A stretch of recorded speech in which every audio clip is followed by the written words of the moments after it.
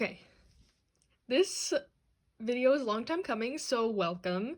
This is my review for Our Dreams at Dusk, and starting off this video, I'm just going to put a disclaimer that I do not have the most positive opinion on this series, so if this is your favorite series and aren't willing to hear criticism of it, I ask you kindly click off.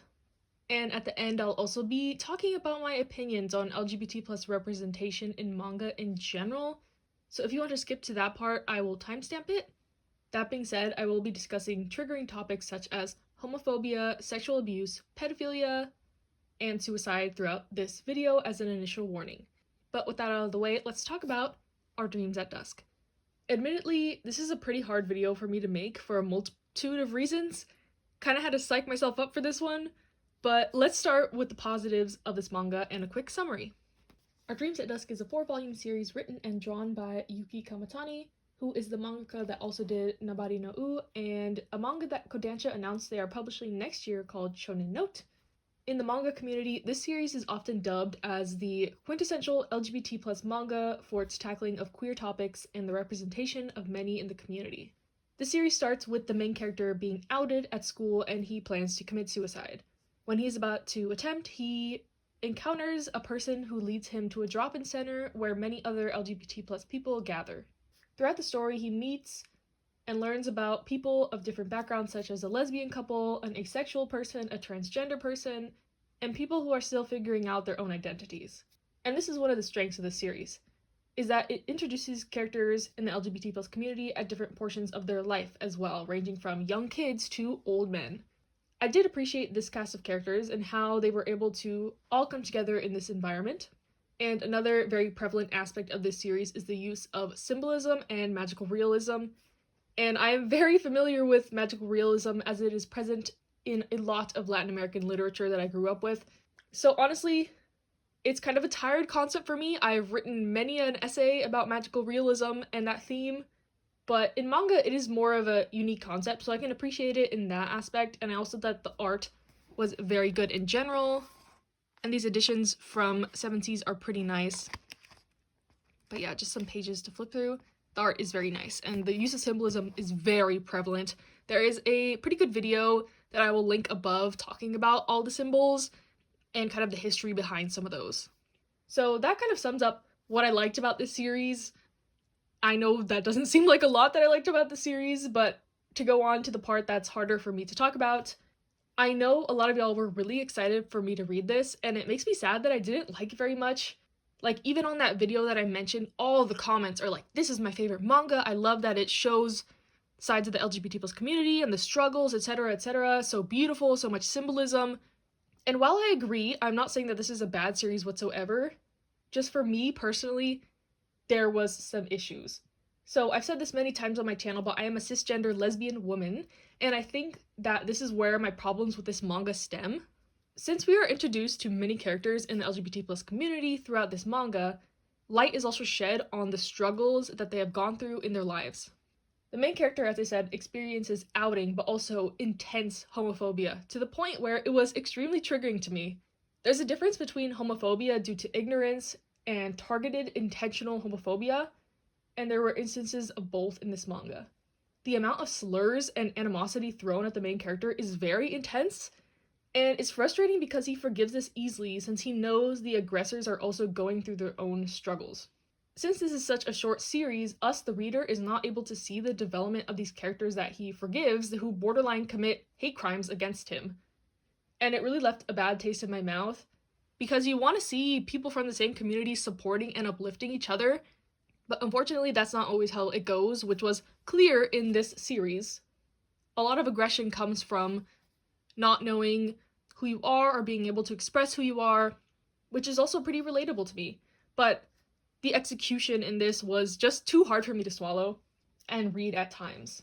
And regarding the unintentional homophobia or microaggressions, that was also hard to read, but it's different when it's obvious mistakes are made due to lack of education, such as one of the transgender characters meeting with a friend from high school and said friend calling him by his dead name and planning a get-together with their former teammates from high school right away without taking into consideration the character's feelings, etc. And other situations presented throughout the manga included coming out to your parents, being able to get married legally, gender expression, bullying, etc. Like I said, it's a lot to take in this short series, and it was triggering to me, and it took me into a dark place in my life when I was reading this.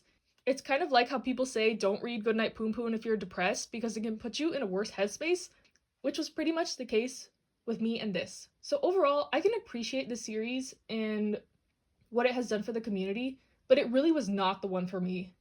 The main praise for the series I have seen is the inclusion of different sides of the LGBT plus community, so I wanted to have a little discussion about that. This is not going to be a deep dive on the history of LGBT plus manga, but this is just my personal opinions. I mentioned before, but I'm not a big fan of Yuri or GL manga. I find that it does not really reflect my experiences and sometimes include themes that make my skin crawl, such as incest. But then, on the other side of the coin, when something like Our Dreams at Dusk is too relatable to the negative aspects of my life, it's hard for me to read, and I just tend to stay away from it altogether. A couple series I recommend that I like, though, are something like My Lesbian Experience with Loneliness and the Kasa-san series. My Lesbian Experience with Loneliness is something that tackles really hard topics like Our Dreams at Dusk, but I think it's easier for me to read something like this because it is autobiographical, and it helps me to put myself in this character's shoes more, just more relatable as opposed to a fictional story. And then the Kasa-san series is just a cute, fluffy, girls love series, nothing serious, very comparable to a heterosexual shoujo series. And I think people berate fluffy LGBT plus series like Sweet BLs or GLs, but I think they're a good thing for the community. It shows that homosexual couples can be the same as heterosexuals in shoujo manga. It normalizes their relationships, especially to the Japanese audience, and that is why I don't like series with tropes centered around pedophilia, rape, manipulation, etc., because it perpetuates negative stereotypes, especially about gay men being promiscuous or having daddy issues, etc., which is why I tend to stay away from series like that, and I like reading cute stuff. But not to downplay serious issues in the LGBT plus community, but it's like, can we have nice things and cute things, please? Because not every LGBT plus person experiences the same thing, and a lot of us don't want to read something very heavy and philosophical with lots of metaphors and symbolism, etc. But I can appreciate the fact that Our Dreams at Dusk does not fetishize any of the people in the community, which is glad because I don't know if I could take much more after just the intense homophobia, etc. At least I think the characters are well written and represent some people in the community very nicely. But yeah, recently there have been an emergence of other titles like Boys Run the Riot, which cover transgender issues and other topics like that. So overall, I just wanted to open a discussion. I like reading LGBT plus manga, but I treat it like any other manga pretty much. I don't forgive tropes that I wouldn't in other series, and I'm glad that more titles with different perspectives are being published in the West, even though they are not all my cup of tea. Honestly, I don't think I can even say that I'm glad that I read Our Dreams at Dusk, as it just made my brain mush with bad memories and past trauma, but I'm not trying to discourage anyone else from trying it or loving it. If this is your favorite, keep going on with that and loving it. But that being said, leave your opinions below respectfully. I'll delete anything hateful.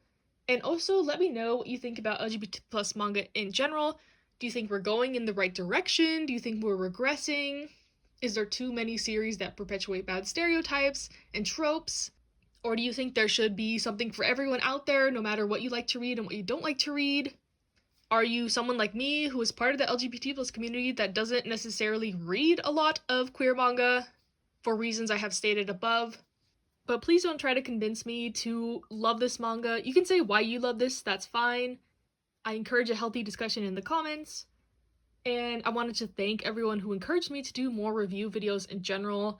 And this one in particular, a lot of you talked to me in the DMs about the series who share the same sentiments as me and different opinions. But like I said, I love to see it. I love to discuss respectfully. And yeah, so maybe you'll be seeing more review videos from me if y'all like this. I don't know why I want to talk about more series that I don't like, because those are the ones I tend to get roasted the most about. But, you know, I think it's good to have different opinions from someone else and be able to respectfully agree or disagree. So yes, that is my review. This took a lot out of me. I'm kind of drained writing the script for this and just thinking about this series. It's been about 2 weeks since I read it, and it's just been plaguing me in the back of my mind because I wanted to film this so I could sell this series. Honestly, I need this out of my collection because just looking at it is too, like, much for me, and you might think I'm sensitive or whatever, but if you read this, if you haven't read this, you'll know what I'm talking about. It's intense, it's a lot. I recognize that it's a great series. It has great ratings on Mal. Most people who read this love this, but just unfortunately it wasn't for me. And yeah, so I want to tell you all, stay safe, stay healthy, and I'll see you next time, maybe with another review video, a haul, whatever. But I need to go take a nap. So yeah, bye.